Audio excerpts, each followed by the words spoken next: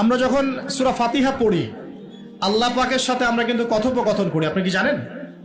এই হাদিসে শুনেন, যখন আল্লাহু আকবার বলে দাঁড়াই এবং সূরা ফাতিহা সানার পরে সূরা ফাতিহা স্টার্ট করে আমরা বলি আলহামদুলিল্লাহি রাব্বিল আলামিন, আল্লাহ পাক উত্তর প্রদান করেন, বলেন হামিদানি আব্দি।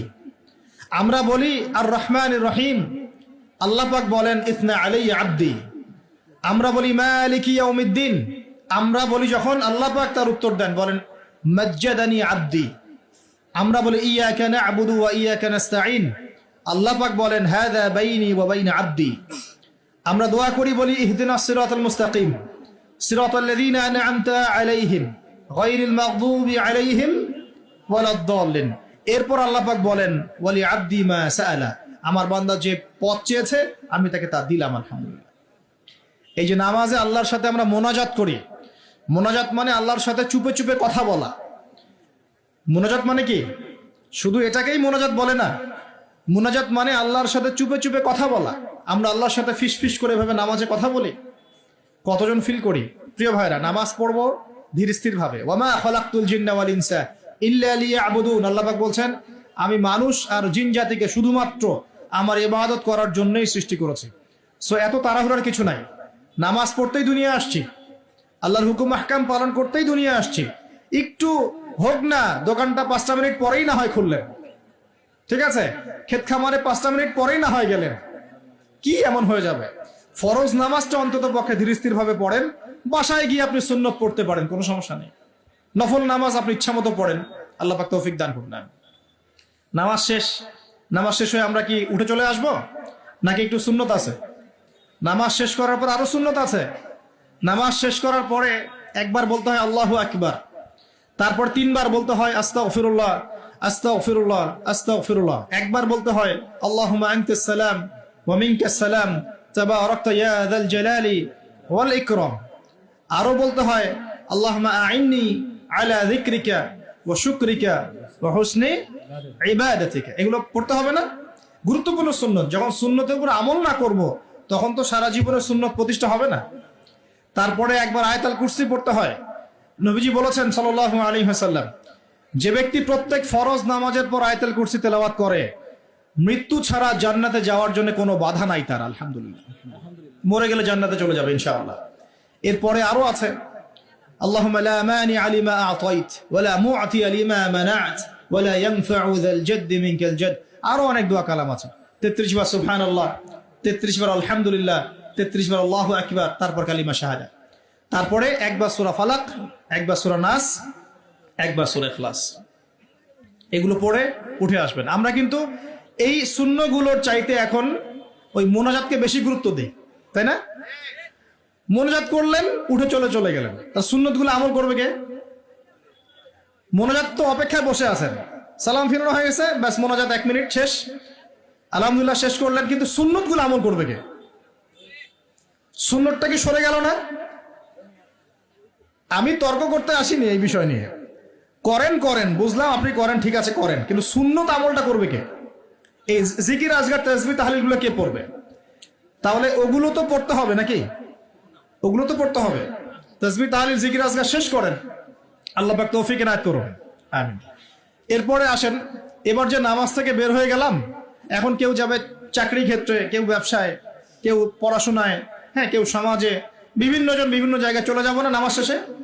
আচ্ছা, এখন ঘুমালাম নবীর মতো, উঠলাম নবীর মতো, দাঁত ব্রাশ করলাম, মাশাআল্লাহ, মেসওয়াক করলাম, ওযু করলাম, ইস্তিনজা করলাম, নামাজে গেলাম, নামাজও পড়লাম, সবকিছু নবীর মতোই করলাম সাল্লাল্লাহু আলাইহি ওয়াসাল্লাম। এখন কি ব্যবসায় গিয়ে মাপে কম দিতে পারবো? বলেন, কথা বলেন। এখন আসল জায়গায় আসেন। নামাজ তো আলহামদুলিল্লাহ পড়লাম, জিকির আজগার করলাম, তাসবিহ তাহলিল করলাম, কুরআনও তেলাওয়াত করলাম, মাশাআল্লাহ। আল্লাহ পাককে বলে আসলাম আল্লাহ তোমারই ইবাদত করি, তোমার কাছেই সাহায্য চাই, আর কারো কাছে চাই না। এখন কি বের হয়ে আমি যখন চাকরিতে যাব বা ব্যবসায় যাব বা অন্যান্য সেকশনে যাব, এখন কি আমি ব্যবসায় গিয়ে মাপে কম দিতে পারবো কিনা? এখন কি আমি পণ্যে ভেজাল দিতে পারবো কিনা? এখন কি আমি মিথ্যা কসম করে পণ্য বিক্রি করতে পারবো কিনা? এখন চাকরি ক্ষেত্রে গেলে আমি কি ঘুষ নিতে পারবো কিনা? আমি কি সুদ খাইতে পারবো কিনা? আমি কি বাজারে কৃত্রিম সিন্ডিকেট তৈরি করতে পারবো কিনা? বাজারে একটা রেট চলছে, আমরা পলিসি করে দামটাকে মজুত করে বাড়াই দিলাম, মানুষকে একটা ভোগান্তিতে ফেললাম, পারবো কিনা? এখানে গিয়ে আমানতের খেয়ানত করতে পারবো কিনা?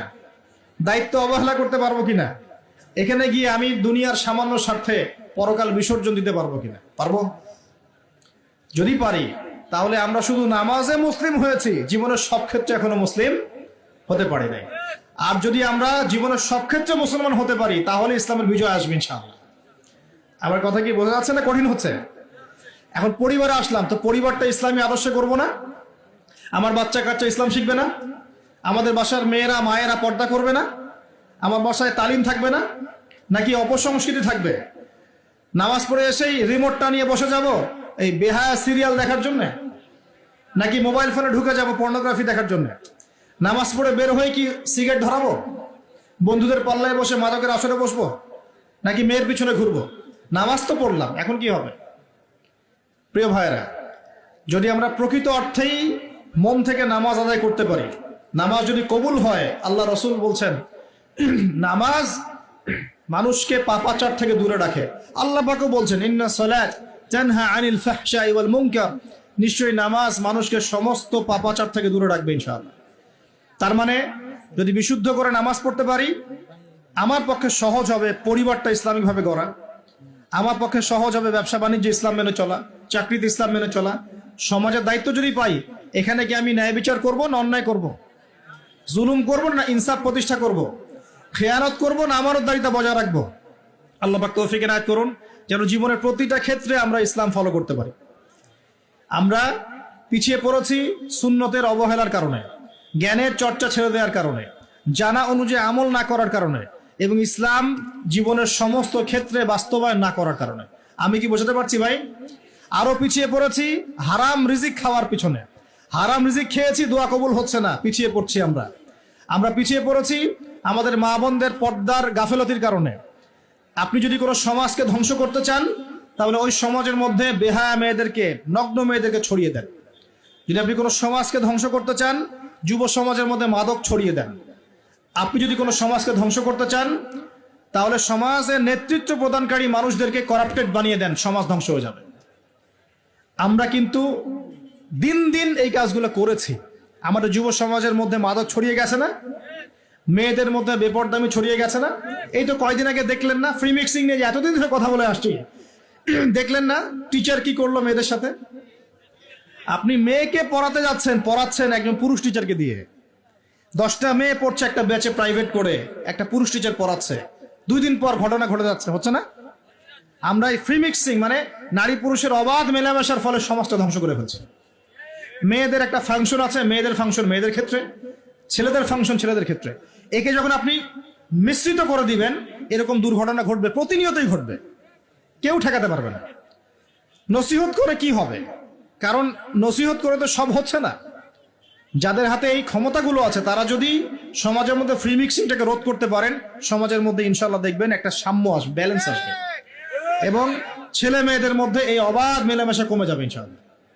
অবাধ মেলামেশার ফলে জেনা বেড়েছে, ধর্ষণ বেড়েছে, পরকীয়া বেড়েছে, আর অনেক কিছু হয়েছে। একটা বাচ্চা মেয়ে পর্যন্ত এখন সেফ হচ্ছে না, বাচ্চা মেয়েকে পর্যন্ত মানুষ ধর্ষণ করে দিচ্ছে না? আমরা আমাদের ছেলে মেয়েদের জন্য কোন পরিবেশ সমাজ রেখে যাচ্ছি ভাবতে হবে তো। আল্লাহ পাক আমাদেরকে বোঝার তৌফিক দান করুন। আমাদের মা বোনদেরকে পর্দায় রাখতে হবে। প্রিয় ভাইয়েরা, এটার থেকে গাফেলতির কারণে আমরা পিছিয়ে পড়েছি। আরো পড়েছি ওই যে বললাম দায়িত্বহীনতা, মানে আমরা মনে করি দিনের দায়িত্ব শুধু আলেম ওলামাদের। এই দায়িত্বহীনতার কারণে আমরা সবাই দিনের ক্ষেত্রে আস্তে আস্তে আস্তে অনেকটা পিছিয়ে আসছি। আরো আছে কারণ হচ্ছে ইসলামের ভিতরে, ইসলামের লেবাসে পোশাকে অনেক মোনাফেক ঘোরাফেরা করছে, এরাও ইসলামকে পিছিয়ে দিচ্ছে। ইসলামের প্রকাশ্য শত্রু যারা সারা বিশ্ব থেকে মুসলিমদের নাম নিশান মিটিয়ে ফেলতে চায়, এরা বিভিন্ন এজেন্ডা মুসলিম সমাজে বাস্তবায়ন করছে। এই সমাজে এই এজেন্ডাগুলোর কারণেও মুসলমানরা আজকে পিছিয়ে পড়ছে।